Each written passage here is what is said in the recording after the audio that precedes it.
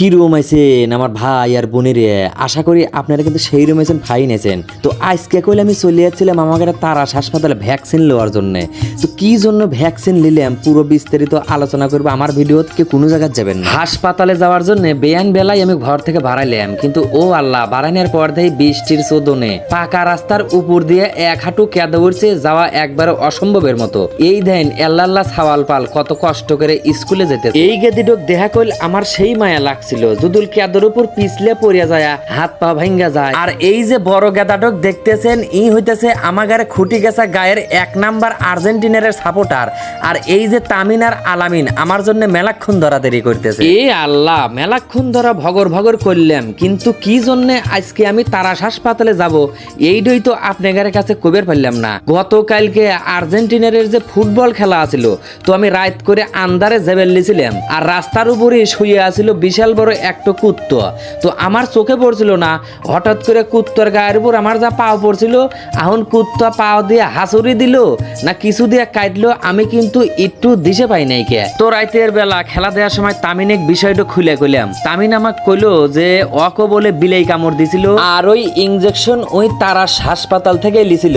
আমি কইলাম কে রে ছাড়া, আগে যদি কুত্ত বিলাই কামড় দিছে তাহলে তো এই ইনজেকশন সিরাজগঞ্জ সদর হাসপাতালে যাওয়া লাগছে।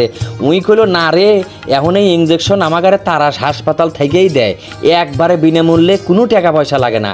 কইলাম এ ভাই কি কোস, তাহলে আমাকে কালকে সকালবেলায় হাসপাতালে নিয়ে যাস, আমাকে 2টো ইনজেকশন দিয়ে দিস। তো আজকে কোলে আমি কুত্ত কামড় দেওয়ার ইনজেকশন তারাস হাসপাতাল লিবার আছি। তো পয়লাই কইল আমরা গেছিলাম জরুরি বিভাগে। জরুরি বিভাগের ডাক্তার সব কিছু ভাঙ্গা চুরিয়া কোয়া পর ডাক্তার আমাকে কইলো যে আপনি কুত্ত কামড় দিছে নাকি এমনি কাটছে, আপনি তো কিছুই কবের পাইতেছেন না, তার চেয়ে সবচেয়ে ভালো হবে আপনি ইনজেকশনটা নেন। তো ওই ইনজেকশনটা লওয়ার জন্য আমরা কিন্তু টিকিট কাটতে পারছি, এই যে এই মুড়ো।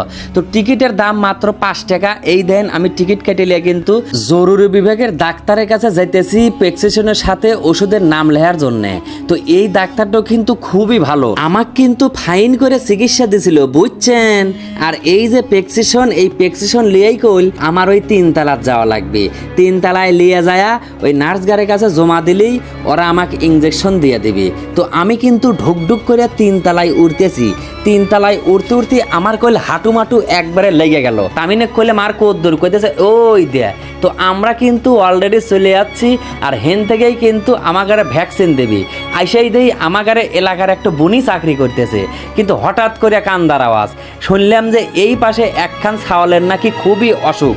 তো নার্সরা কিন্তু সবগুলি দৌড় দিল ছাওয়ালটক চিকিৎসা করার জন্য। তো নার্স গারে এই মহৎ গুণ